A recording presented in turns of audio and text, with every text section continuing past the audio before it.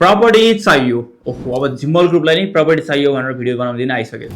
आयो अब के गर्ने, बाह्रहरूले प्रपर्टी खोजिदिनुहुन्छ, मलाई यस्तो चाहियो भन्नुहुन्छ, उस्तो चाहियो भन्नुहुन्छ, हामीसँग भएको लिस्टिङ देखायौँ, भएन, अरू चाहियो, तपाईँसँग आउनै पर्यो होइन।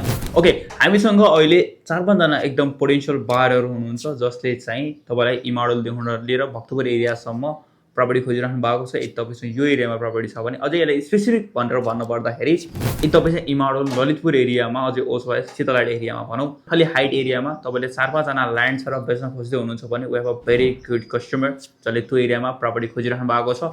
अर्को भनेको यदि तपाईँ बानेश्वर एरियामा तपाईँसँग 4-5 जना बनेको प्रपर्टी छ 4-5 करोडसम्मको 4 करोडसम्मको भनौँ। कलङ्की एरियामा पनि कलङ्की एरियामा तपाईँसँग प्रपर्टी छ जुन चाहिँ 4 करोडसम्म आउने खाले प्रपर्टी छ। Property should be very good. यो बालाजु कलङ्की एरियामा प्रपर्टी छ भने पनि तपाईँले हामीलाई सम्पर्क गर्न सक्नुहुनेछ। हामीसँग अहिले एकदम पोटेन्सियल 4-5 जना बायर हुनुहुन्छ जसले एकदम एक्टिभली प्रपर्टी खोजिरहनु भएको छ। के थाहा हामीले देखाएको प्रपर्टी मन परेन भने तपाईँको प्रपर्टी मन पर्न सक्छ। यदि तपाईँले प्रपर्टी बेच्ने सोच्दै हुनुहुन्छ भने आज नै जिम्मल ग्रुपलाई सम्पर्क गर्नु होला। Thank you.